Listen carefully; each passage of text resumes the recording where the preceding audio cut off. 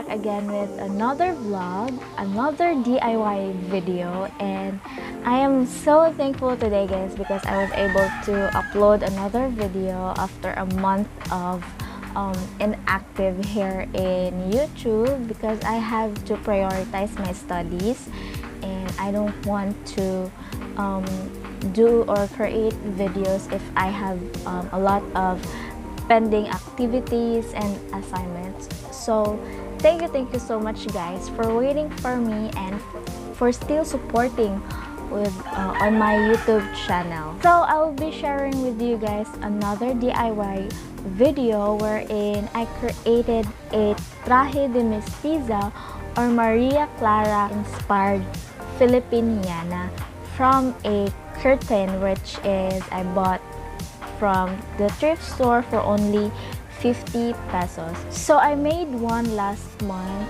for the celebration of the Philippine Independence Day, yet I wasn't able to film that one because I made it or I created that Traje de Mestiza the night before Independence Day, so it was really a rush creation. So anyway, I have made another one for you to know or to have an idea how to create this Traje de Mestiza.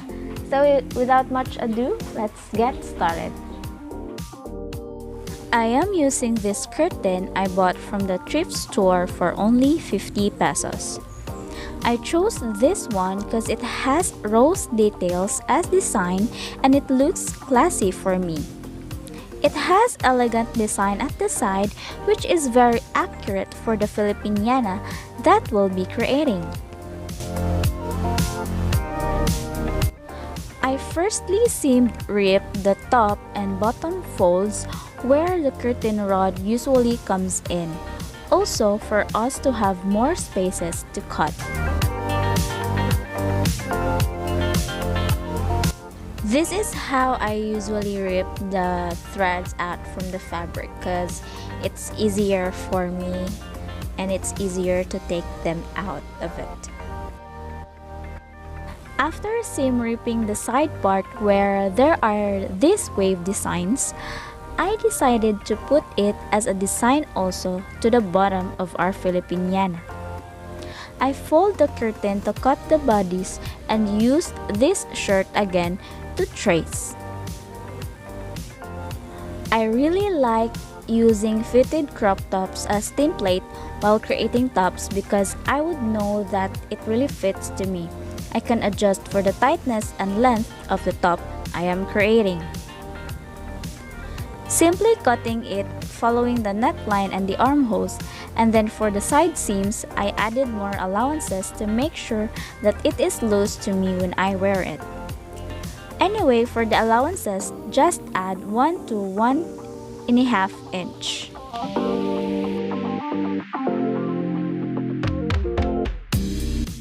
After cutting the bodies, I cutted another bodies as my interfacings. Since the fabric is see-through, so I doubled the bodies for more cover-ups. I just traced the first bodies to cut another one.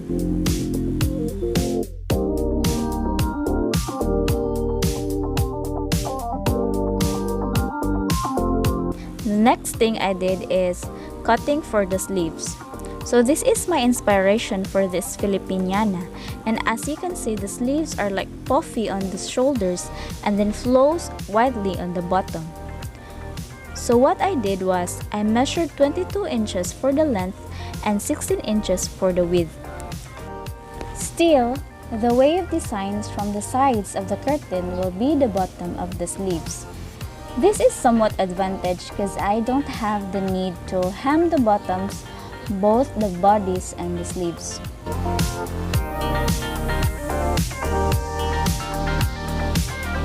Now that we have cut it all, we can now sew the bodies first. I am just sewing them with straight stitch only, and then after joining all the seams, both the shoulders and the sides of the two, we will then join the bodies by inserting it. Anyway, this is how you do it. Make sure that they both facing right sides together. So as you can see, the first bodice was flipped into its right side and the other bodice was left on its wrong side. Once the interfacing bodice is in, we will be pinning it around the neckline and also at the shoulders so that we can easily sew them together.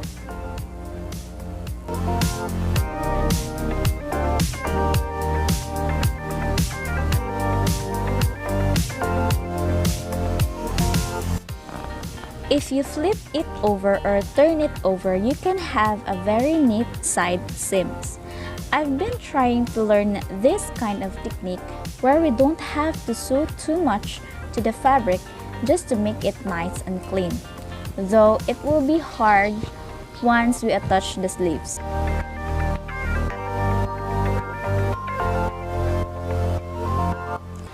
This time we will sew the sleeves joining both ends of it to close with straight stitch and zigzag stitch. After that, I have to pin it first onto the armhole, which I make the side seams of the sleeves reach the side seams or the other side seams of the bodice.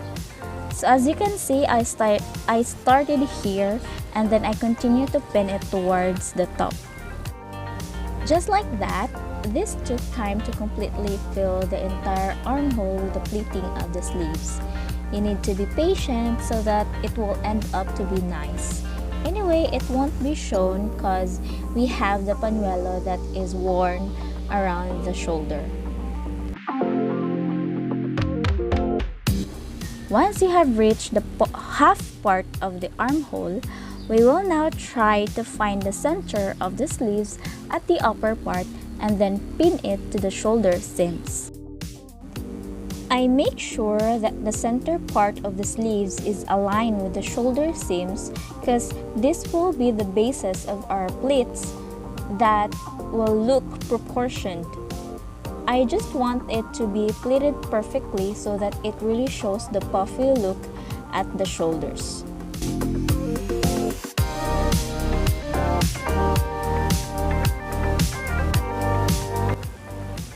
The pleats are randomly folded as long as it fills up the entire armhole. Though I'm a bit disappointed because it does not really look puff unlike the last one that I have made, but still I can see the elegant side of this costume.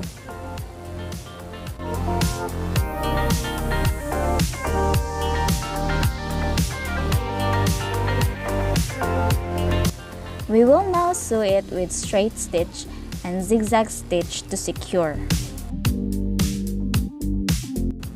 The struggle of sewing the sleeves was real because some of the pleats comes out of its place while removing the pins. So I make sure that the pleats was all sewn and that it won't come out again when I removed the pins.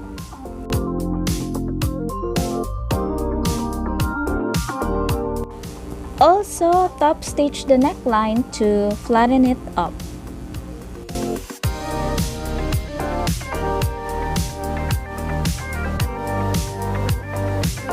Next, we will now make the pañuelo or the kerchief, which is worn over the shoulders.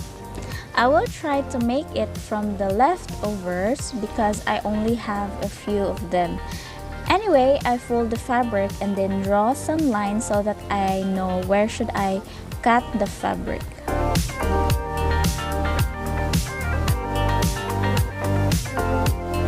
I make two triangles, which is a bit complicated because I ran out of fabric. I cutted more of it for the bodies, thinking it might be tighter to me. I also cutted a fabric that will serve as a bond at the top, joining them together at one end also. I sew the triangles both right sides facing together and then flip it over after sewing. Actually, I was supposed to attach laces at the edges of the pañuelo, but unfortunately I ran out of it, so I decided to leave it bare, though it would be more classy if I put some laces. As you can see, the way we made it, it gave a neat side of the pañuelo. Next thing is, I attach the band to the top part of the triangle and sew it. I really thought that I still have more fabrics left from the curtain. I just realized that I cut the bodice too long and large. But anyway, I still love it. After sewing, top stitch the sides of the pañuelo to make it flat and clean. And we're finished. Here's our Traje de Mestiza, Maria Clara inspired Filipiniana.